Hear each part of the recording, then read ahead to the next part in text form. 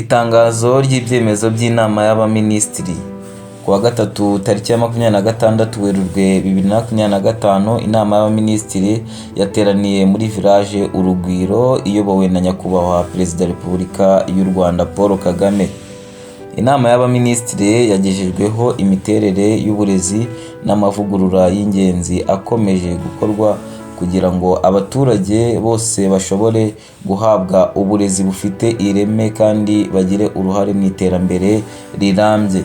Inama y'abaminisitiri yagejejweho ibijyanye na gahunda ikomeje yo guteza imbere inganda, gahunda y'imirimo no guteza imbere ubukungu. Inama y'abaminisitiri yemeje politiki y'igihugu y'isanzure igamije ihiganwa mu by'isanzure no guhanga ibishya. Inama y'abaminisitiri yemeje umushinga w'itegeko rigenga uburyo bukoreshwa mu gucunga inyandiko z'agaciro, amasezerano mu by'imari yemewe n'amasezerano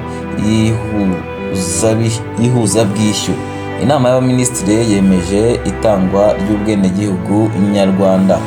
Inama y'abaminisitiri kandi yemeje amateka akurikira: iteka rya minisitiri ryerekana iyandikwa ry'irangamimerere, iteka rya minisitiri rishyiraho uburyo bukurikizwa mu guhindura izina, iteka rya minisitiri ryerekeye ibishingirwaho kugira ngo umwana ahabwe ubukure, iteka rya minisitiri ryerekeye isuzuma ngaruka ku bidukikije n'imibereho y'abaturage.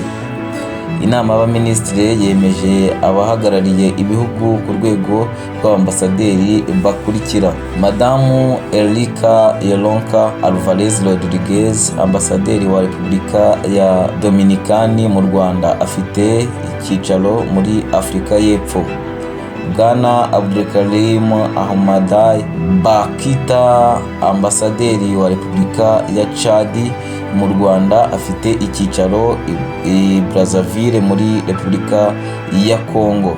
Bwana Paul Molonga Akalo, ambasaderi wa Repubulika ya Sudani y'Epfo mu Rwanda, afite icyicaro i Kampala muri Uganda. Inama y'abaminisitiri yashyizeho mu myanya abayobozi bakurikira: Komisiyo y'Igihugu y'Amatora, abagize inama y'abakomiseri: Madamu Oda Gasinzigwa, Perezida; Bwana Kizito Habimana, Visi Perezida; Madamu Fortune Nyiramadrida, Komiseri; Madamu Nicole Mutimukeye, Komiseri; Madamu Karine Umwari, Komiseri; Bwana Jean Bosco Mutijima, Komiseri; Bwana Faustin Semanywa, Komiseri; Madamu Françoise Kabanda Uwera, Komiseri; Madamu Judith Mbabazi, nawe ni Komiseri.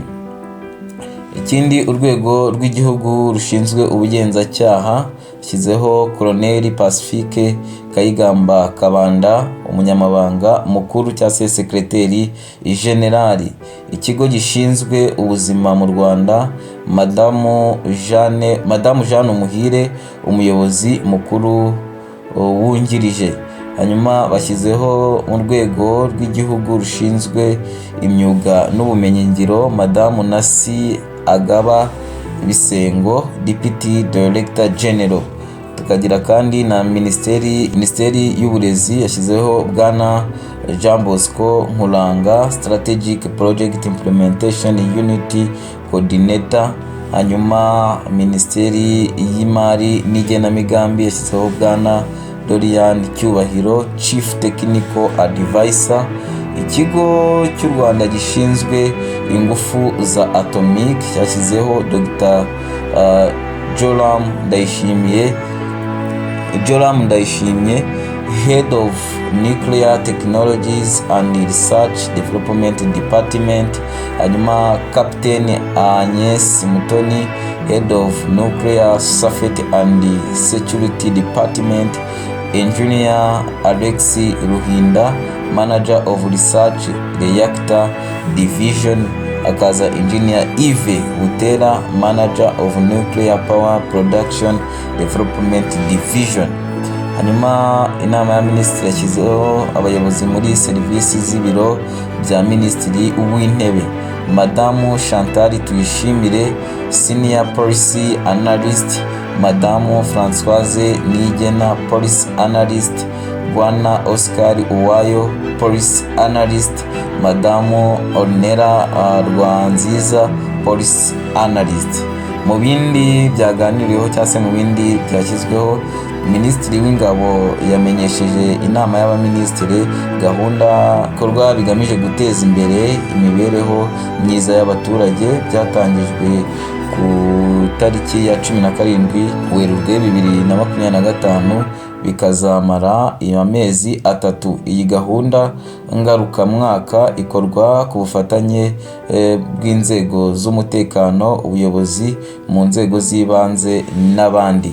Turabashimiye bakunzi ba Mia Boss TV kuba mwadukurikiye. Iyi yari imyanzuro y'inama y'abaminisitiri yabaye ku itariki y'ejo hashize, tariki ya 26 Werurwe 2025, iyobowe na nyakubahwa Perezida wa Repubulika Paul Kagame. Ngaho rero wewe utarakora subscribe, kora subscribe kugira ngo tujye tubana mu biganiro byinshi bigiye bitandukanye tugenda tubagezaho.